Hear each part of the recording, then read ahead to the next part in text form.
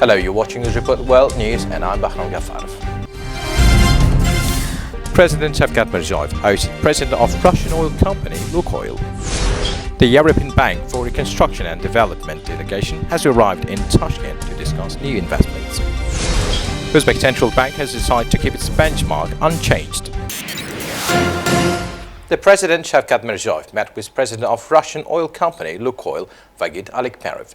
Welcoming the guest, Mirziyoyev underlined the significant progress in developing a strategic partnership with Lukoil, which is one of the leading energy corporations in the world and a key investor in the oil and gas sector of Uzbekistan. Lukoil's capital investments in joint projects today is estimated at about $10 billion. The successfully operating Kendim gas processing complex has a capacity of more than 8 billion cubic meters of natural gas per year. In addition, Lukoil is an active supporter of social projects as well. The parties discussed the possibility of attracting Lukoil's experience and advanced solutions in the field of corporate governance and the transition to digital technologies in the oil and gas industry. They also touched upon the cooperation in the field of geological exploration and development of hydrocarbon deposits on the territory of Uzbekistan, including how to recover ones. The European Bank for Reconstruction and Development invested over $500 million in Uzbekistan last year, breaking the previous record. This made the country the land's seventh largest recipient. The bank's short-term plans now are to maintain the momentum, according to the bank's president, Suma Chakrabarti. The bank's top official came to Uzbekistan with a two-day visit, holding talks with President Shavkat Mirziyoyev, Investment and Foreign Trade Minister Sardor Umurzakov, and the bank's clients in the Fergana Valley.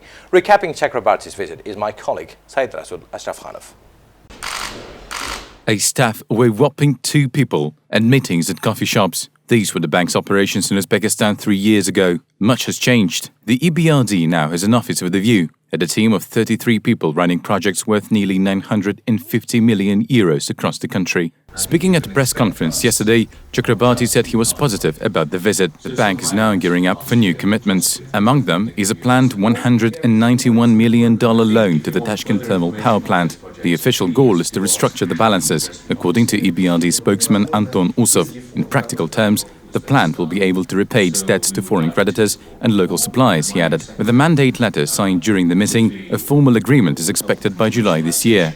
The bank is also looking for opportunities in the private sector. It's already acquired a minority stake in the local retailer chain Korzinka and is advising banks and state-owned enterprises on updating their policies. Chakrabarti also said the bank was eyeing renewable energy, with projects in solar, hydro and wind power set to materialize over the next 18 months. On a smaller but not less important scale, the EBRD has been helping small and medium-sized businesses get off the ground.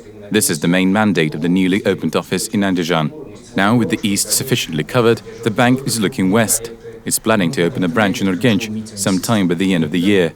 A geographical decision more than any other. Asked about the effect of the coronavirus outbreak on the global economy, Chakrabarti was honest. Chakrabarti said a full EBRD assessment should be expected somewhere in May. What we know so far is that the bank has no limits. With its involvement growing, it may match and even exceed last year's record high investments.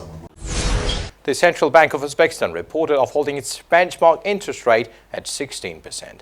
The decision is due to the upcoming liberalization of regulated tariffs and the increase in foreign economic uncertainties associated with coronavirus. The central bank also admitted that the main inflation peak will occur in the second quarter. Details in our next report. According to the chairperson of the Uzbek banking regulator Mamarzo Nurmuratov, the decision to keep the benchmark interest rate unchanged has been made due to the projected liberalization of tariffs and increased foreign economic uncertainties associated with the coronavirus. Problems in the global economy related to the spread of coronavirus can have a certain impact on the economy of Uzbekistan. The full extent of the impact of the coronavirus effect is dependent on how much longer the crisis lasts in China. The central bank stated some concerns on the pressure placed on domestic prices due to a reduction in imports of goods from China. The central bank predicts 2020 economic growth at 5.5%, the same level as last year. This is 0.2% less than the projection of the World Bank Bank announced in the beginning of the year. With 5.7%, Uzbekistan was supposed to be a leader in terms of economic growth within Eastern Europe and Central Asian states. On the other hand, the central bank underlines the inflation rate, which is set to reach its peak in the second quarter. Meanwhile, in the second half of 2020, the impact of tariff growth will gradually decrease. As a result, the annual inflation rate will approach the upper limit of the forecast corridor. Since the beginning of the year, we have set the benchmark interest rate at 16%, plus or minus 1%. In January and February, in order to draw excessive liquidity, we conducted operations on short-term bonds and special deposits and were able to accumulate funds worth around $392 million. The central bank has issued its own medium-term bonds in the amount of $185.4 million, as well as raised excess funds from the budget in the amount $211.8 million.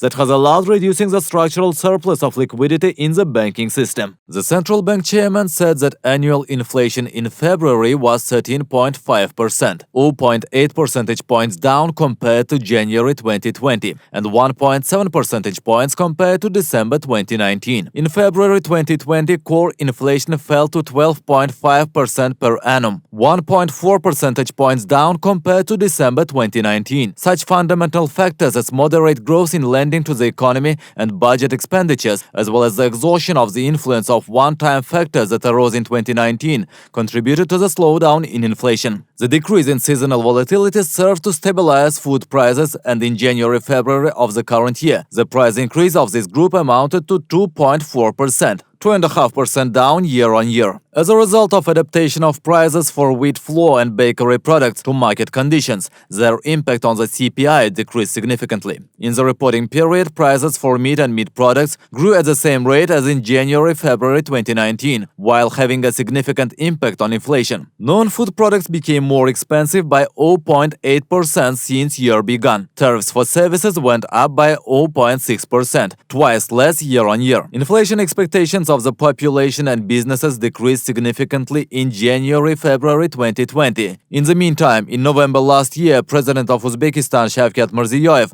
signed a resolution providing for step-by-step shift to inflation targeting. According to the forecast, the inflation rate set to dip to 10% in 2021 and already in 2023 to 5%. A press briefing was held in Uzbekistan's capital to discuss the concept of Digital Tashkent project. The project implemented by the municipality of Tashkent and UNDP is aimed at improving the quality of life of the capital's residents and guests through introduction of digital and innovative technologies. More to follow in our next story.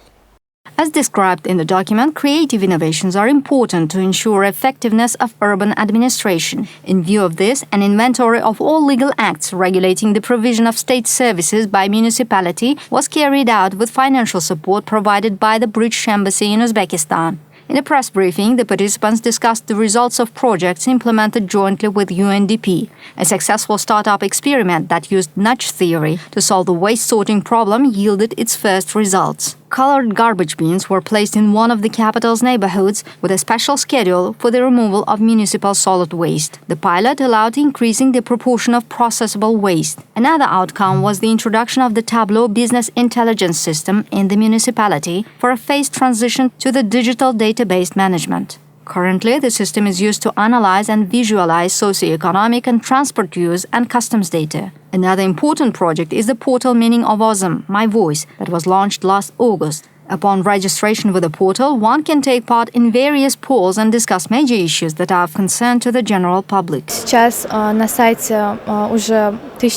Currently, the number of active users exceeds 1,200 people. We regularly conduct polls on different issues, and then we analyze the results and try to find solutions to the most pressing problems. Among the main issues that are of concern to citizens are the environment, pavement, and the social issues, such as shortage of kindergartens and schools. Digital transformation as a whole will indeed be aimed at modernizing the entire urban infrastructure. At the same time, it is believed that the introduction of advanced technologies will be beneficial for the Green Initiative campaign launched by the municipality last year, since green spaces are essential for the quality of life and well-being of citizens.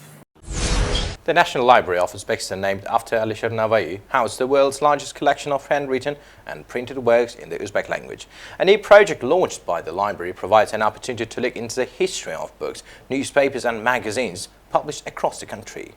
The goal of the project is to assess the impact of publications issued in the second half of the 19th century. Unfortunately, most of these articles and publications have been lost, and those that have survived are not in the best shape. Therefore, the prime task now is to find and restore lost publications. Also, the fund stores copies of the Education and Teacher magazine, published in Arabic between 1925 and 1933. The magazine, with a circulation of 4,000 copies, played an important role in the cultural development of Uzbekistan.